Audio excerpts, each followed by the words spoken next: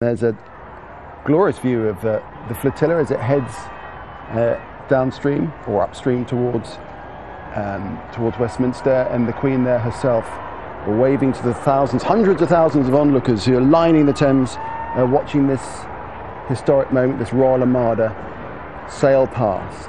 It's the highlight of 4 days of jubilee celebrations as the Queen celebrates 60 years on the throne. Let's go to a familiar landmark in London, Tower Bridge, where we can find Al Jazeera's Emma Hayward, who's watching it all take place in London. Emma, just set the scene for us. What's the mood like? What's the atmosphere like there?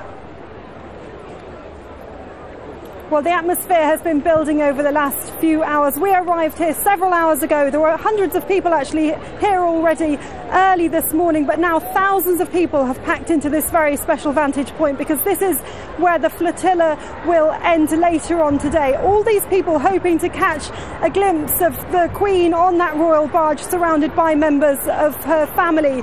But many people here are saying to me today that they wanted to come despite this terrible weather to just catch a glimpse of this moment in history, because nothing like this has really happened in Britain for several hundred years, and people saying they can't imagine there'll be anything like this again which will take place within their lifetime.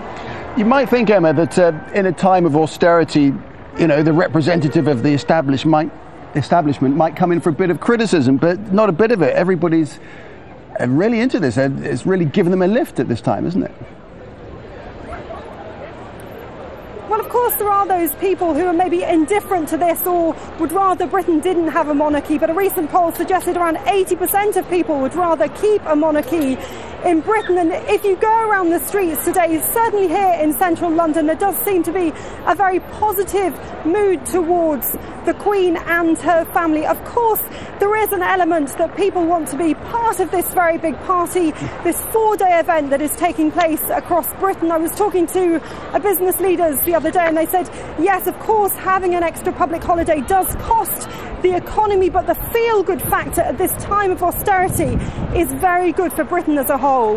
And as we look at the Queen enjoying her little voyage down the Thames and enjoying the celebrations, one can only imagine the security headache this must have presented the government in Britain, because of thousands of boats on the Thames. There's a different kind of security, I suppose, is needed for this event. Yes, absolutely, Nick. There are safety boats going along the river, and there are around 6,000 police officers going along the route, around 7,000 stewards also lining the route. We know the bridges were checked out. There were also checks underwater to try to make sure that this was a safe passage for the Queen and the party of 1,000 boats which was snaking along the River Thames. All right, Emma, thanks very much indeed as we watch the bells ringing out there on the River Thames, the largest river pageant of its kind for 350 years, apparently, since Charles II and his consort Catherine of Braganza did much the same sort of thing back in 1662.